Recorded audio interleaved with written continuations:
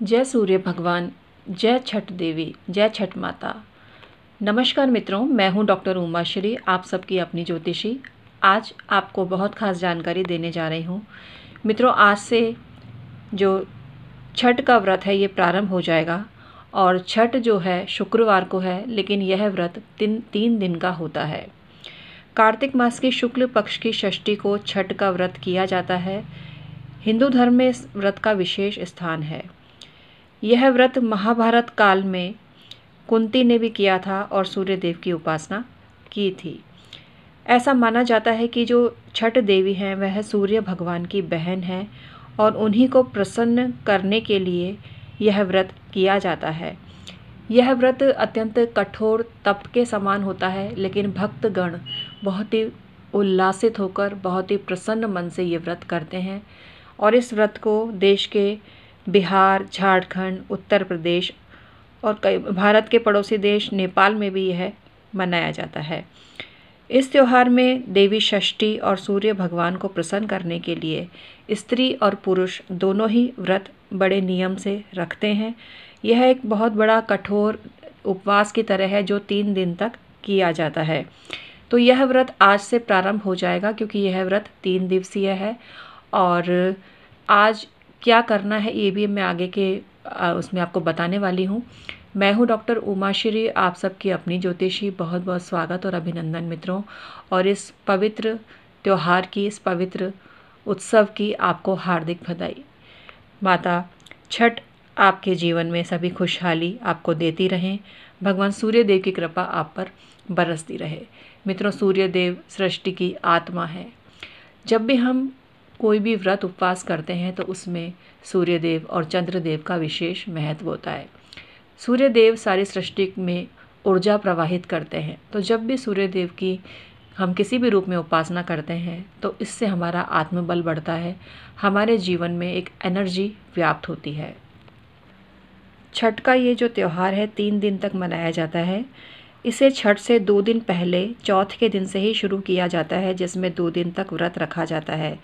यह पर्व घर के पूजा स्थल एवं प्राकृतिक जलाशय के समक्ष मनाया जाता है।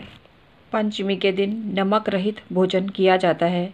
षष्ठी को निर्जल रहकर व्रत किया जाता है। षष्ठी को अस्त होते हुए सूर्य को विधि पूर्वक अर्घ्य दिया जाता है। सप्तमी के दिन प्रातःकाल नदी या तालाब में स्नान करते हैं। सूर्योदय होते ही अर्घ्य देकर जल ग्रहण करके व्रत को खोलते हैं। सूर्य षष्ठी व्रत में सायंकालीन प्रथम अर्घ्य से पूर्व मिट्टी की प्रतिमा बनाकर षष्ठी देवी की पूजा की जाती है। दूसरे दिन प्रातः अर्घ्य से पूर्व षष्ठी देवी का पूजन कर विसर्जन किया जाता है। ऐसा माना जाता है कि पंचमी की सायंकाल से ही घर में भगवती षष्ठी का आगमन हो जाता है।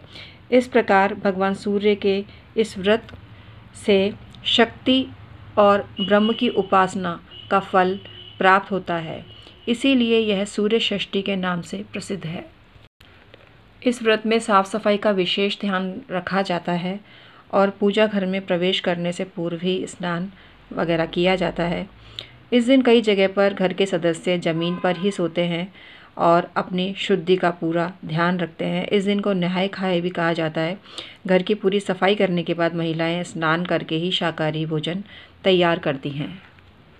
पूजा में जो सामग्री चढ़ाई जाती है उसमें सभी प्रकार के मौसमी फल, केले की पूड़ी, इस अवसर पर ख़ास तौर पर बनाया जाने वाला पकवान ठेकुआ भी शामिल किया जाता है। यह बाजरे के आटे, गुड़ और तिल से बनाया जाता है। नारियल, मूली, सुथनी, अखरोट, बादाम पूजा में चढ़ाने के लिए लाल या पीले रंग का कपड़ा, एक बड़ा घड़ा जिस पर 12 दीपक लगे हों आदि शामिल होते हैं।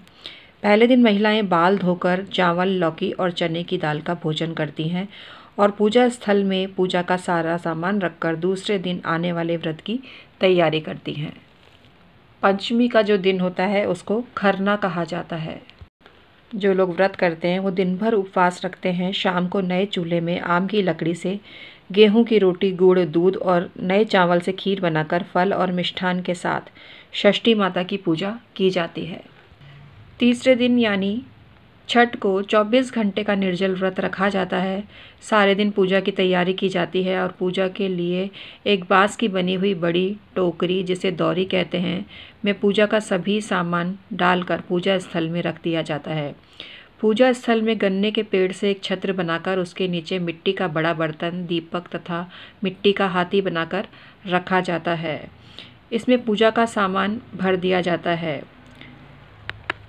महिलाएं, पुरुष और बच्चे दिन ढलने से पहले ही नदी के किनारे सोहर गाते हुए जाते हैं, जो इस प्रकार है।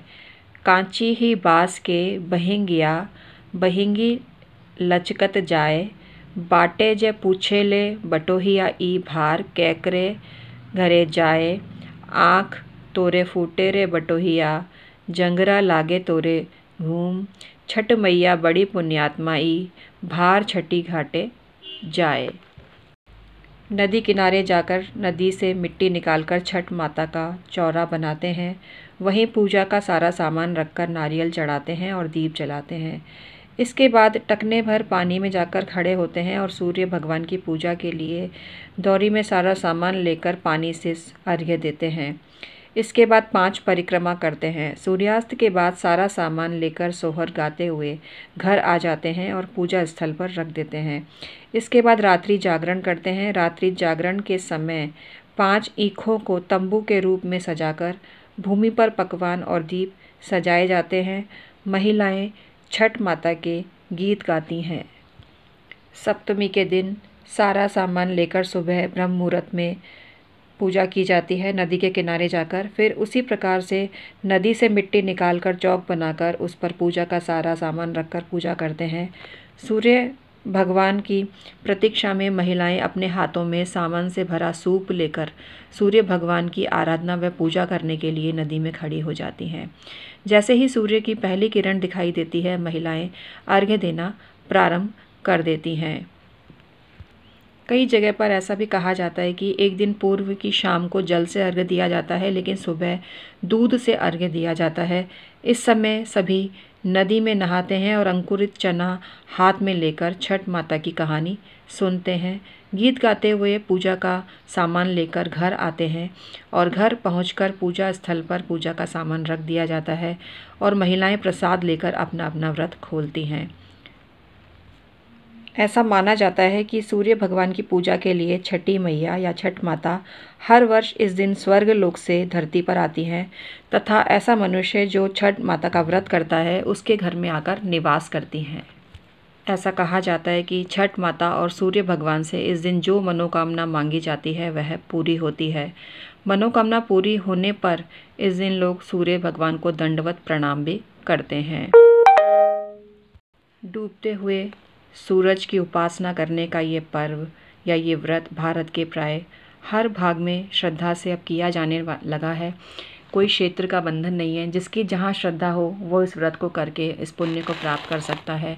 भगवान सूर्य का व्रत करने से व्यक्ति की सभी मनोकामना पूर्ण होती है, क्योंकि सूर्यदेव सृष्टि की आत्मा है और सूर्यदेव की जो बहन है छठ माता, उनकी पूजा करने से हर मनोकामना पूर्ण होती है और माता की कृपा से भक्तों के घर पर अन्न और धन के भंडार भरे रहते हैं।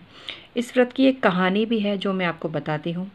प्रियव्रत नाम का एक राजा था, उसकी पत्नी का नाम मालिनी था। उनके कोई संतान नहीं थी, इसके कारण वो बहुत दुखी और परेशान रहते थे।